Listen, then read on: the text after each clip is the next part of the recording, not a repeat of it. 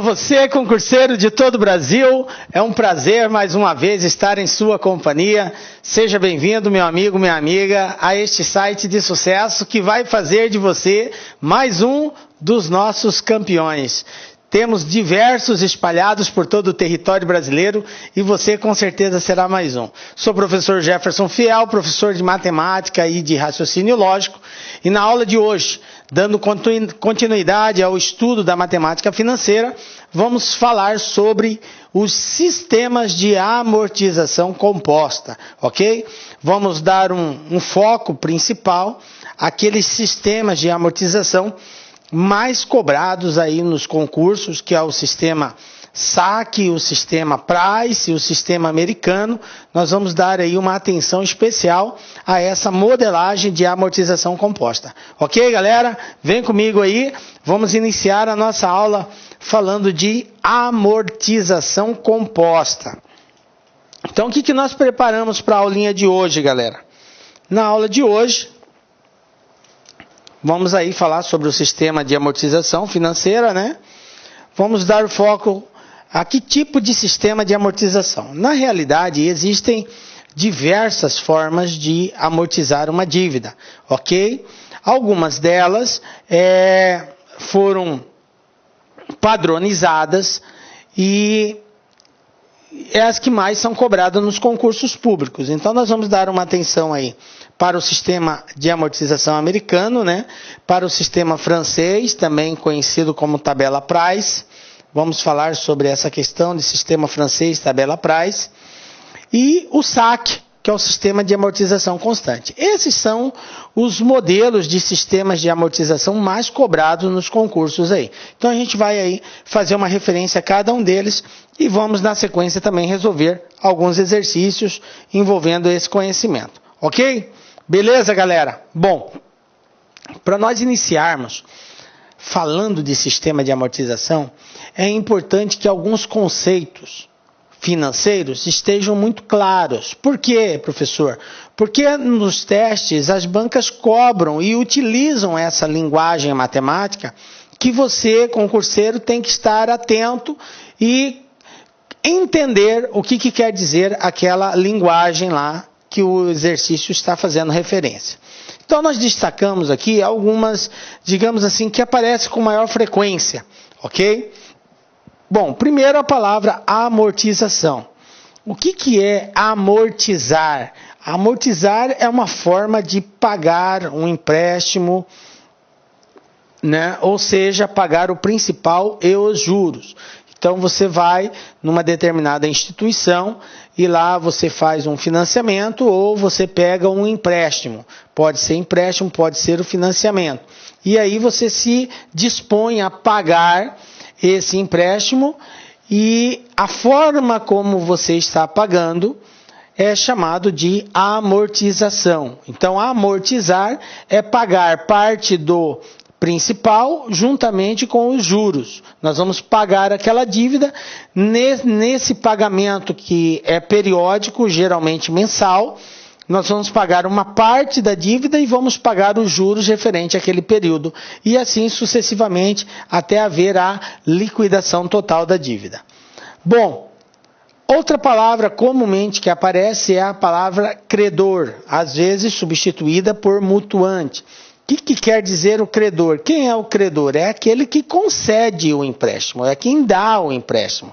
Então, geralmente se enquadra na categoria de credor as instituições financeiras, as concessionárias e por aí vai. Porque são elas que estão concedendo um crédito para uma determinada pessoa, para uma empresa, ok? Então, credor, aquele que dá o empréstimo. Uma outra palavra, devedor ou mutuário. Então, credor é quem concede, devedor é quem recebe o empréstimo, é aquele que recebeu o empréstimo. Também conhecido como mutuário. Então, mutuante concede o empréstimo, mutuário recebe o empréstimo. Um outro conceito, taxas de juros. Taxa de juros, bom, é a taxa acordada entre as partes, é sempre calculada sobre o saldo devedor.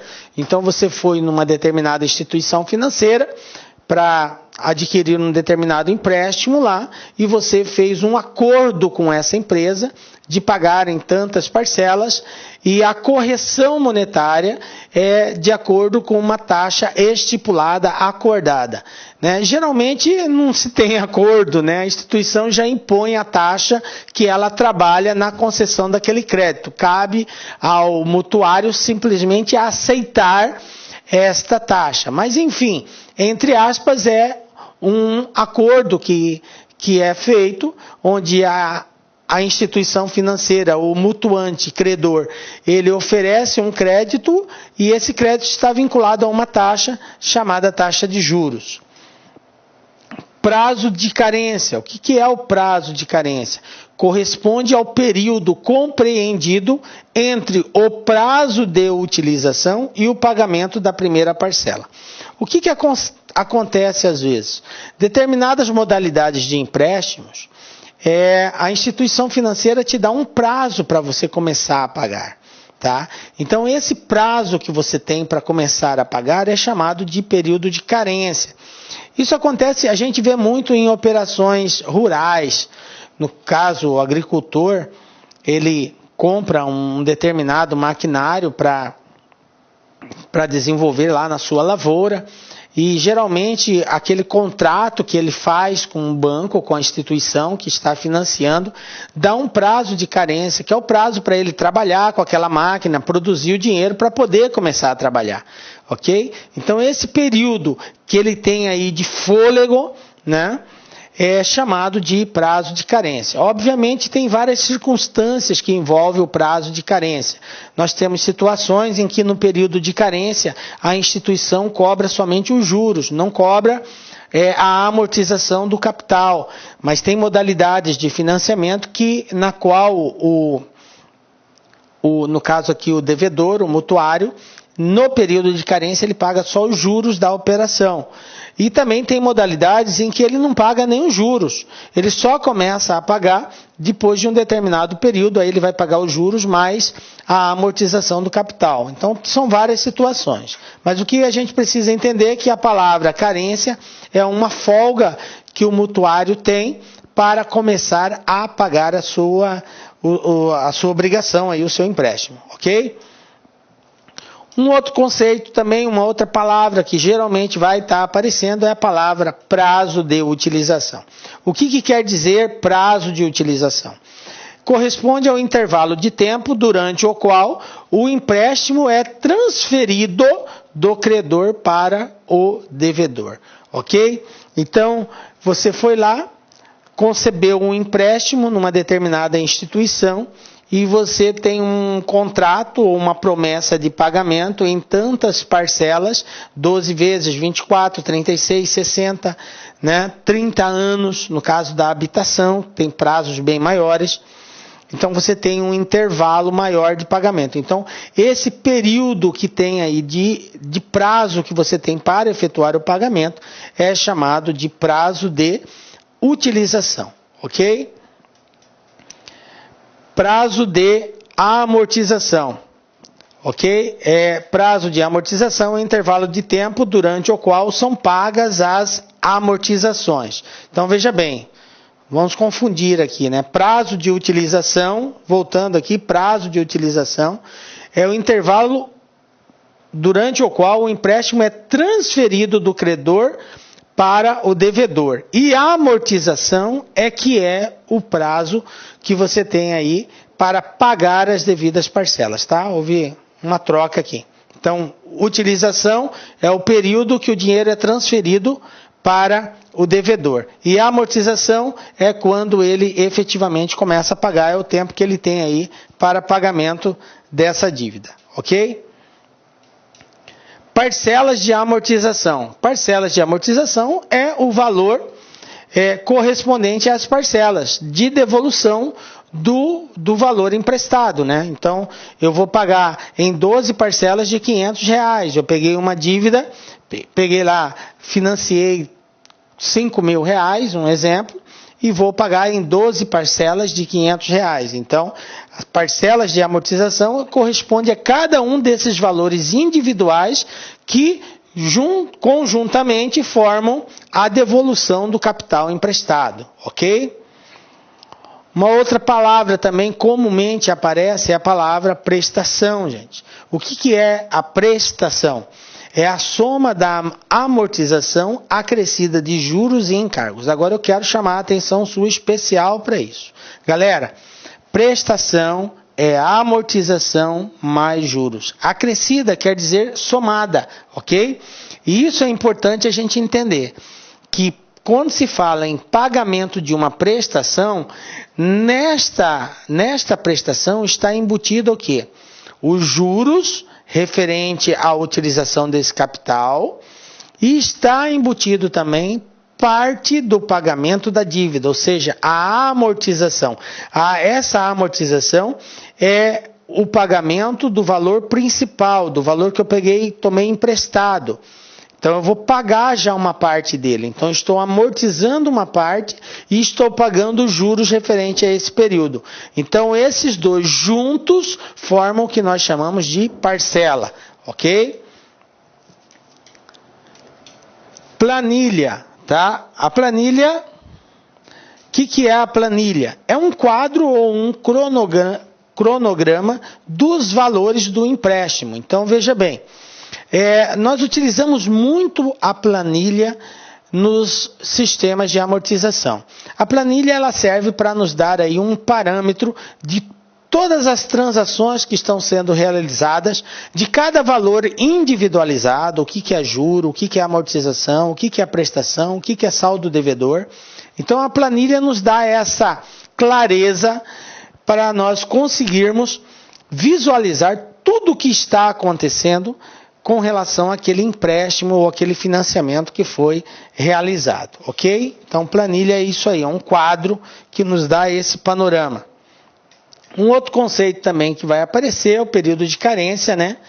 Então, nós já falamos, é o período em que o tomador do financiamento paga juros ou capitaliza os juros. Aquilo que eu disse, que no período de carência tem modalidades de empréstimos que exige do devedor o pagamento dos juros. Tem modalidade de empréstimos que não exige o pagamento dos juros no período de carência.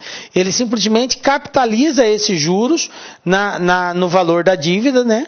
E aí só começa a cobrar de certo período. Por isso que diz aqui, ou ele paga os juros nesse período ou capitaliza os juros. Tranquilo?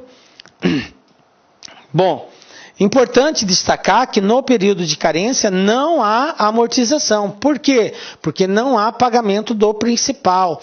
Se paga, quando se paga, somente os juros, ok? Não existe amortização nesse período de carência. Tranquilo?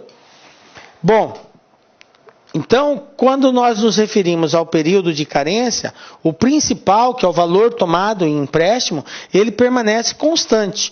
Ou, na pior das hipóteses, ele será acrescido dos juros quando o mutuário faz a opção de não pagamento dos juros no período de carência. Então, se o mutuário falou, não, eu não quero pagar nada durante a carência, nem os juros. Então, ocorre a capitalização desses juros, aí no caso, o principal vai ser acrescido desse valor dos juros que está sendo capitalizado aí nesse período de carência, ok? Caso contrário, o mutuário pague os juros, aí o principal continua intacto naquele mesmo valor contratado. Tranquilo?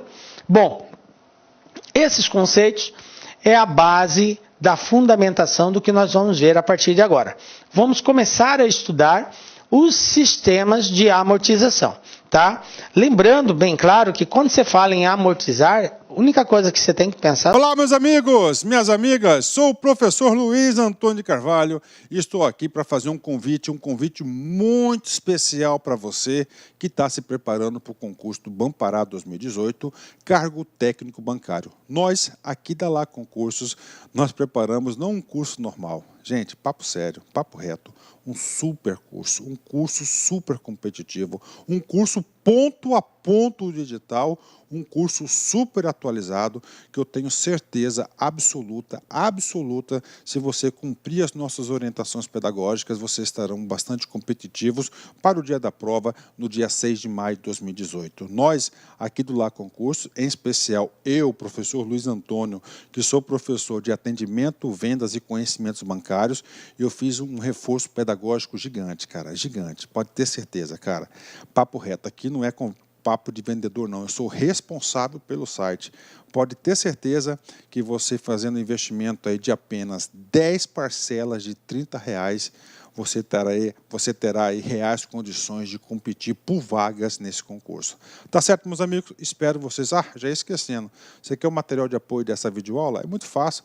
Clique aqui em cima, aliás, aqui embaixo, né? Clique aqui embaixo. Você faz um pequeno cadastro no nosso site. Você poderá aí efetuar o download gratuitamente dessa videoaula que você acabou de assistir, que aliás é uma videoaula pequeno, 10, 20% da videoaula, só é um pequeno trecho demonstrativo para vocês conhecerem a qualidade dos nossos professores. Tá certo, meus amigos? Espero vocês. Forte abraço, fique com Deus. Tchau, tchau. Fui! Clique lá.